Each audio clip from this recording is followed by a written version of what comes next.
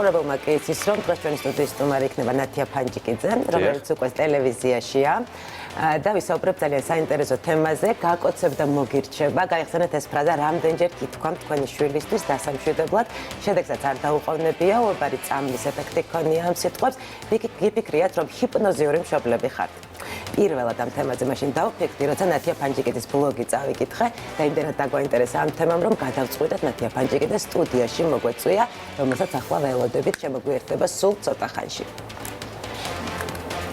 ქალბატონო ნათია, გელოდებით, შეგიძლიათ შემოგბრძანდეთ სტუდიაში. გადაცემა რომ იწყებოდა, მე ვთქვი, რომ ნათიას ყველა ბლოგი ჩემთვის არის კიდევ ერთი საშუალება, რომ დავფიქრდე ეს თემებზე, რომელზეც აქამდე არ მიფიქრია. მეც ვაღიარი, რომ ერთ-ერთი ის ადამიანია თქო, ვინც ზეგავლენას ახდენს შემზე, თქო და მისი აზრით ჩემთვის ყველა საკითხთან დაკავშირებით ძალიან საინტერესოა და კომპეტენტური. კიდევ ერთხელ დიდი მადლობა სტუდიაში. ბიჭი ესე განაწილდით. ესაკებია. ფაქტია, რომ ფრაზებს, რომლებსაც ხშირად გავცნობიერებლად ვეუბნებით ჩვენ შვილებს, ძალიან დიდი გავლენა აქვთ მათზე. შეგვიძლია რომ შვილებისთვის ვიყოთ კეთილი ჩადოქრები, როგორც თქვენ აღწერთ თქვენს. არა მარტო შვილებისთვის. და რა არის ამისთვის საჭირო? თუმცა ბავშვები განსაკუთრებით შთაგონებითები არიან, ოღონდ ყოველი შთაგონება მაინც არის რისი გვწამს ჩვენ. ჩვენ რასაც შთავიგონებთ, იმისი წინასწარ გვჯერა. აი ეს არის ძალიან საინტერესო ამ ჰიპნოზურ ურთიერთობაში. რომ როდესაც ბავშვს შენ ეუბნები რამეს, მისთვის იმდენად დიდი ავტორიტეტი ხარ, რომ ძალიან ფრთხილად უნდა იყოს ცუდი არ თქვა რამე, იმიტომ რომ უარყოფით ჰიპნოზს კიდევ უფრო გრძელვადიანი ძალა აქვს. შეიძლება შენ ხუმრობით თქვა, რომ რაღაც რას გავს, ან რაღაც ესეთი, მაგრამ ბავშვმა ეს წაიღოს მთელი ცხოვრების მანძილზე ატაროს წლები, აი ეს შეღწეული ფრაზა. ანუ ჰიპნოზი რო წარმოუდგენიათ, რომ უნდა გაიშოტონ, დაიძინონ და იქ ვიღაც ფოკუსნიკმა რაღაცები მათში უნდა ჩატვირთოს, სინამდვილეში ჰიპნოზი, რომელსაც ჩვენ ერთმანეთს ვუკეთებთ სიფხიზლეში, არის ბევრად უფრო მძლავრი. თუმცა ხანდახან შეიძლება რომ გვეგონოს რომ კარგ რაღაცას ვეუბნები შვილს, მაგრამ ამან იმოქმედოს ცუდად, ხო? ეგეც ხო არის. გვეგონოს, ხო, შემთხვევით თუ შეგვეშალა არა ვიშავს. ხო, აი ესე ვეუბნებით რომ აი სიტყვაზე რაღაცა წაიქცა და აი მაგიდას რო ვცემთ ან იატაკს ან რაღაც. ნუ მაგ შემთხვევაში ხო რაღაცნაირად გამოყვავს მდგომარეობიდან, მაგრამ რეალურად მდგომარეობიდან გამოყვავს ოღონდ ობიექტს პოულობთ დამნაშავეს, რომელიც რომ არ ყოფილიყო, ეს შენ არ მოგივიდოდა. იმ წუთას ბავშვისთვის თითქოს ეს უწყინარი ჩანს, მთავარია მერეც არ გავრცელდეს ეს, რომ დამნაშავე ყოველთვის არის ვიღაცან რაღაც. ხო, აი მაგას გულისხმობ. და არა თვითონ. და ამავე დროს აუცილებლად ხურდის დაბრუნება პასუხის ხა დავტკეპნოთ ეს იატაკი და გაუბრაზდეთ და ვცემოთ. შურის ძიებ. ნუ გააჩნია რა მიზანი აქვს მშობელს, თორემ ზოგ მშობელს აქვს მიზანი რომ გელი უნდა იყო მამა. დედა. ჩვენ თუ გვინდა რომ შვილი იყოს ჟირაფი, რომელიც ბალახს ჭამს, მაგრამ 4 ჯანმრთელ ლომს კლავს წიხლით, ესე შეგვიძლია მოვახერხოთ. შვენიერი შედარება. შეკითხვები და პასუხები, რომელიც ერთ-ერთი ისეთი თემაა, რომელზეც მე სულ ვფიქრობ და სულ ვცდილობ რომ დავწონო თინას შეკითხვას როგორ უპასუხებ, იმიტომ რომ ხშირად ჩვენ შეიძლება გაუცნობიერებლად მაშინ განსაკუთრებით, როდესაც არ გვცალია თავიდან მოშორების მიზნით მოდი წყალებში ვეტყვი ამას ისეთი არა მომწურავი პასუხი გავცეთ, ან მეორე შემთხვევაა, როდესაც თინა ისეთ შეკითხვას მისვამს, როდესაც შემდეგ ვფიქრდები, რომ ძალიან ზედმეტად სერიოზულად ვუპასუხე. რომ აი ამ ჩემი სერიოზული პასუხიდან მეც კი მიჭირს ხოლმე ხანდახან აზრის გამოტანა, რაღაც ოქროს შუალედი უნდა დავიცვათ, რაც ცოტა არ იყოს რთულია. იცით, ჯობს სერიოზულობაში გადააჭარბოთ იმ გაგებით, რომ ბავშვი არის სრულყოფილი პიროვნება, ის ჩვენზე უფრო სრულყოფილია, იმიტომ რომ მისი შეგრძნებები, მისი დამოკიდებულება სამყაროს მიმართ ბევრად უფრო სუფთაა, ბევრად უფრო მთლიანია, ვიდრე ჩვენი დანაწევრებული ცნობიერება, რომელიც ჯამი არის ათასნაირი შთაბეჭდილების, გამოცდილების, დასახიჩრებულად აღქმული, ბევრი რამის. ამიტომ უმთავრესი რაც არის, რომ ენის მოჩლექა, გაშაყირება მისი თუნდაც გვეჩვენოს, რომ ძალიან საყვარელი და გულუბრყვილო შეკითხვა, არაფრით არ შეიძლება. ამიტომ ჯობს, რომ სერიოზულობაში გადააჭარბოთ და ცოტა გაკვირვებული დარჩეს და ბოლომდე ვერ გაიგოს, სამაგიეროდ ის იგრძნობს თქვენს დამოკიდებულებას, რომ თქვენ მას პატივს სცემთ. მის შეკითხვას სცემთ პატივს. რა თქმა უნდა, ხო? ეს ძალიან მთავარია. თორე თუ იდეალურად მოვახერხებთ, რომ ამავე დროს კიდევ გავცეთ ისეთი პასუხი, რომელიც გასაგებიც იქნება მისთვის, აი მაგალითად პირველი ეგზისტენციალური შეკითხვის ჩანასახი საიდან გავჩნდი? რომ ამბობს ბავშვი, ხო? არ შეიძლება ამისი კი ძალიან საყვარლობა მომწონს ეს წეროებმა რომ მოგვიყვანეს კომპოსტოში რომ ვიჯექით არჩევანის მიხედვით მამა ჩემი საზამთროს ირჩევდა, იმიტომ საზამთრო უყვარდა. მაგრამ რეალურად სწორი სტრატეგია ეს მაინც არ არის, იმიტომ რომ ბავშვი არ ითხოვს ამ შეკითხვის მიღმა რაღაც ბიოლოგიურ, ანატომიურ და ძალიან გართულებულ პასუხს, მაგრამ იმ დოზით, რაც მას იმ წუთას სჭირდება, სერიოზული პასუხი უნდა მიიღოს. როგორც თქვენ არ გააშაყირებდით თქვენს მეგობარს, არ გააშაყირებდით თანამშრომელს და აუცილებლად უპასუხებდით პასუხისმგებლობას. ამ შემთხვევაში არ არჩევას მიცავდით სიტყვაზე მშობლებს. დოზირებულად იმ წუთას ბავშვს ყოფნის მცირედი პასუხი ამაზე, რომ ნუ დედიკოს მუცელში იჯდა, სადაც დავუშვათ, განათავსა მამიკომ, მაგრამ ამის მეტი მას არ სჭირდება. როგორც კი გაართულებს შეკითხვას, გამოდის რომ მე უკვე მეტი სჭირდება.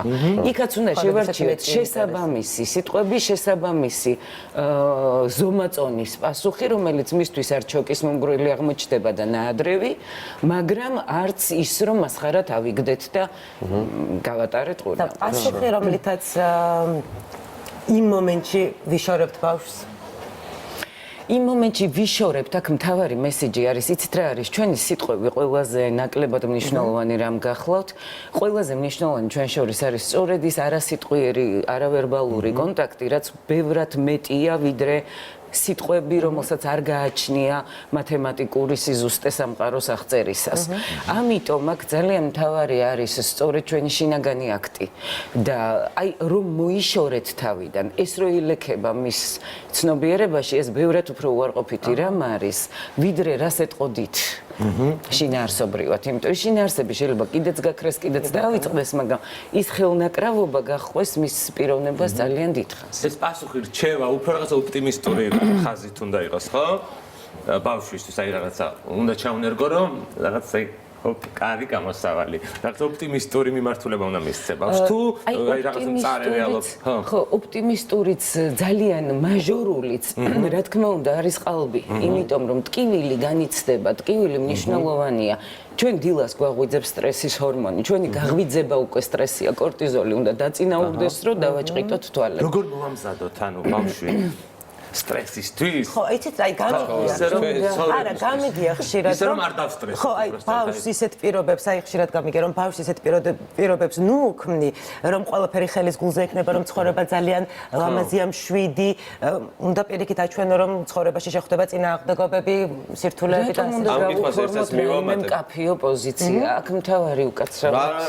არა, ხო, მოდი მივამატებ მაინც რომ ბარემ იმას ვქნათ რა, ინტერნეტში სივრცელდება ხოლმე ეს რაღაცა ჩაპოტკებული კითხვა ტიბეტელი ბერების რჩევა თუ რაღაცა ეს რომელიც აიტაცა ძალიან ბევრმა რა ჩემს გარშემო ვატყობ რომ რაღაცა ბევრი ამ იდეოლოგიას ითვალისწინებს რომ აი 5 წლამდე უნდა მოეპყრა ბავშვს როგორც მეფეს 5 წლიდან რაღაც 12 წლამდე როგორც მონას და 12 წლიდან როგორც რაღაცა თანამოაზრეს ხო გაგიკვირდათ მაგრამ არა ნუ რა თქმა უნდა მაგრამ ნუ ამ რაღაცა მეთოდმა სხვათა შორის ნელ-ნელა მოიკიდა ფეხი მე ვამჩნევ. მე განსაკუთრებით მონის ეპიზოდი, მაგრამ მაინტერესა მონის ეპიზოდმა რა შეიძლება. ეს მონა ზოგ შემთხვევაში განმარტებულია ეგრე რომ რაღაცნაირად აი უნდა მოთხოვო რა, უნდა მოთხოვო და სულ რაღაცა იმის ქვეშ უნდა გყავდეს. წვრთნის უნდა გყავდეს ხო. ხო, არა, ზოგადად ეხა მე ვფიქრობ, რომ საერთოდაც პოზიციის, განსაკუთრებული პოზიციის გაფორმება, რომ ცხოვრება ჯუნგლია, შვიმო, ან ცხოვრება გადარჩენა, მამა. დედა. ეს მე ვფიქრობ, რომ ორივე არის სიყალბე, იმიტომ რომ ცხოვრება ერთგვარად ხან საერთოდაც ნეიტრალურია და ხან ძალიან მთლიანი, მასში არის გაზავებული ყველაზე მნიშვნელოვანი განცდები, გაზავებული ერთმანეთთან. იმიტომ რომ ისევ და ისევ ძალიან საინტერესო რამ არის, რომ ბიოლოგიურ დონეზე ერთი და იგივე ჰორმონების გამოყოფით განვიცდით ჩვენ სასიხარულო სტრესსაც და უარყოფით სტრესსაც და ეს ძალიან ბევრი რამის მთქმელია, რომ მხოლოდ წაკითხვა, კვალიფიკაცია ხდება მერე ტკივილისა და სიხარულის და გამომდინარე აქედან ძალიან მნიშვნელოვანი განცდები ხშირად გაზავებულია. ჭირის უფალიც კი შეიძლება ხანდახან საზეიმო ჭყიალებდეს, ხო? იმიტომ რომ მისი ჰორმონები არის ჭარბად ამ წუთას და ეს აბწყინებს, სტრესი აბწყინებს ადამიანს სიხარულისაც და უდიდესი მწუხარებისაც, იმიტომ რომ ეს რაღაც მნიშვნელოვანი ონტოლოგიური მომენტები არის ცხოვრებაში. ამიტომ და ყოფით ცხოვრებაში კიდე ყველაფერი არის სიკეთეც, არის სიმშვიდეც, არის სტრესიც, არის დაბრკოლება. უყურებათ. აი დამილაგდა ყველაფერი. აი ბავშვობაში შეკითხები ჭირისუფალი ქალები რატო არიან ლამაზები მეთქი. ვიცი რა მაინტერესებს ერთის შეკითხვა სულ ის მაქვს. ძალიან საინტერესო რამ თქვით, ეხა ქართველებს ისე უყვართ გლოვა და ტრაგედია ზოგადად. სულ ამ როლში. და არა მარტო ქართველებს ისე თუ დააკვირდებით მნიშვნელოვანი ნაწარმოებებიც ძირითადად რაღაც გაჟღენთილი არის უდიდესი ოდნავ გადამოხოთა იცი რა მაინტერესებს სულ აი მე ძალიან სულად ხვდება ხოლმე ყურში დედებმა რო იციან აი ჩვენ ჭამ ჩვენ წავალთ ატაში აი რაღაც ის ჩვენ რო იციან აი ის რამეზე ხო აი რამეს ზემოქმედებას აკეთებს ეს არ გასაკვირველია ეს არის სიმბიოზის გახლეჩის უნარი დედას არა აქვს და მას უნდა შეინარჩუნოს ეს ფსიქოლოგიური ფეხმძიმობა ბავშვზე ბავშვზე რა ეფექტს ახდენს ბავშვისთვისაც ეს სიმბიოზი ძნელი გასახლეჩი ხდება ჭიკლარი თუ არ იჭრება ჩვენ ხდება იმდენად მნიშვნელოვანი რომ მას თავის კანქვეშ თავის ინდივიდუალობის ისე მკაფიოდ თავმოყრა არ შეუძლია რომ ზიდოს საკუთარი გარდაუვალი მარტოობა დიდი მადლობა ძალიან დიდი მადლობა. ამით დავიწყეთ რომ გაკოცებდა მოგირჩება და მე უნდა მივიდე ნახიას ვაკოცება და მე მშვიდობა. დიდი მადლობა უთხრათ. გაკოცებდა მოგირჩება ხშირად ყველაზე ძლევამოსილი თერაპია ჩახუტება თერაპია. ბავშვების შეკითხვებს ვუპასუხოთ სერიოზულად და ბავშვები აღვიქვათ როგორც ჩვენი თანამოაზრეები, როგორც ჩვენი თანატოლები და არ არის საჭირო ენის ვეჭლექვა და ერთად ჭამ, ერთად ბერებ ნაწილს შეთანხმები ხო? მანამდე არა. თავი რომ ხშირად უთხრათ რომ გაკოცებდა მოგირჩება და რადგან ქალბატონი ნათია საუბრობდა რომ რაღაც ეს ემოციური დამოკიდებულება ძალიან მნიშვნელოვანია ხანდახან სიტყვებს უფრო მეტ. პასუხი უნდა იყოს სერიოზული და ზეგავლენა ოპტიმისტური. კი, ნამდვილად ასეა დიდი მადლობა კიდევ ერთხელ სითო და სიკეთე როგორც ჩემი შვილიშვილი სითო და სიკეთე დაგვებედება კი ბატონო. დიდი მადლობა. დიდი მადლობა ძალიან დიდი მადლობა ნათია.